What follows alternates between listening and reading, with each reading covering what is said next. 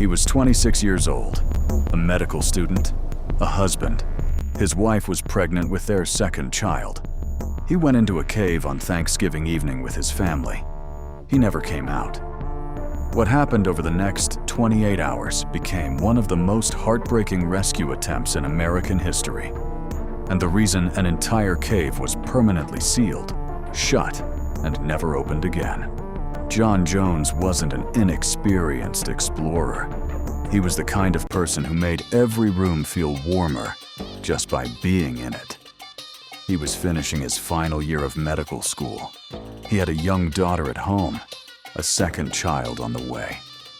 To his friends and family, John was someone who lived fully, someone who believed that life was meant to be experienced, not just observed. Caving was part of that. It was how he recharged, how he felt completely alive. That Thanksgiving evening, he wanted to share that feeling with the people he loved most. So John, along with several family members, entered Nutty Putty Cave, one of Utah's most well-known cave systems. For years, thousands of visitors had explored its twisting passages and narrow tunnels. Some sections were tight, but the cave was considered accessible enough for recreational explorers. It was a place families went, a place people returned to again and again. At first, everything went normally. The group moved through the cave system, squeezing through narrow passages and following familiar routes. Then John decided to look for a section known as the Birth Canal. It was one of the cave's most challenging passages, but somewhere along the way, he entered the wrong tunnel. At first, the mistake wasn't obvious. The passage looked similar, so John continued forward. The tunnel became narrower, the walls pressed closer together. Still, he believed it would eventually open up. Instead, it became even tighter. Then the tunnel angled downward. As John crawled forward, gravity suddenly took over. His body slipped. Within seconds, he found himself wedged headfirst inside a narrow vertical crack. He was trapped. The space around him was barely larger than his body. Turning around was impossible. Backing out was impossible. Even moving his arms was difficult.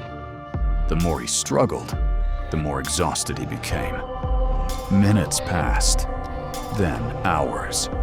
Eventually, family members realized something was wrong. His brother reached him first. When he saw John's position, he immediately understood the seriousness of the situation.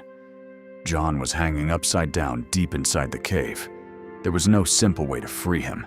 Emergency services were called. The first teams arrived within the hour, but the cave itself was the first obstacle. To reach John, rescuers had to crawl on their stomachs through passages so tight they had to exhale just to move forward. Equipment had to be passed hand to hand through the dark. It took some teams 45 minutes just to reach him, and that was without carrying anything. Soon, more rescue teams began arriving at the cave entrance. What followed was an extraordinary effort involving dozens of rescuers. When rescuers finally reached him, they faced a daunting challenge. The passage was too narrow for conventional rescue equipment. There was almost no room to work. Everything would have to be assembled inside the cave itself. Rescue specialists began developing a pulley system. Anchors were drilled into the rock. Ropes were threaded through tight passages. The plan was simple in theory. Lift John upward just enough to free him from the position that held him in place. In reality, nothing about the rescue was simple. Deep underground, even a few inches of movement required tremendous effort. Hour after hour, the team worked. Then, for the first time since the rescue began, it looked like their plan might succeed. The pulley system began working. John started moving. Slowly, rescuers lifted him upward. Hope returned. After hours of uncertainty, success finally seemed possible. Then, disaster struck. One of the anchors failed. The rescue system suddenly collapsed. The ropes lost tension.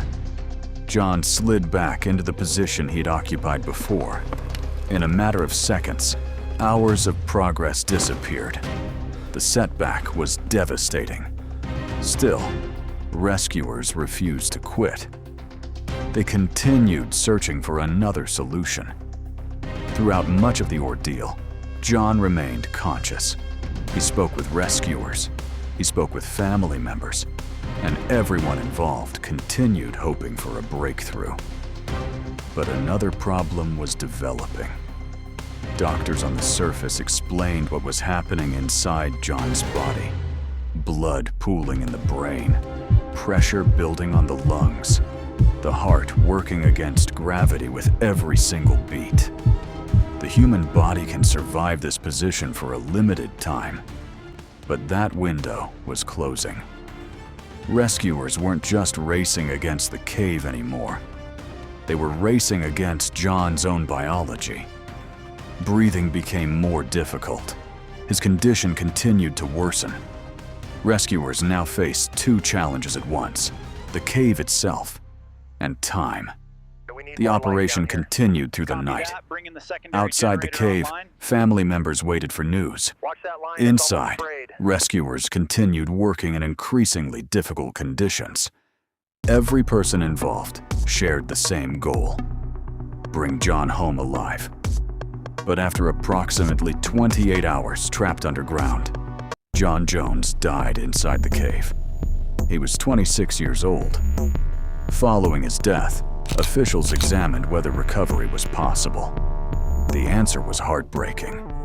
The cave's narrow passages made the operation too dangerous. Eventually, authorities decided that John's body would remain where it was. The section of the cave containing the passage was permanently sealed. Today, Nutty Putty Cave remains closed.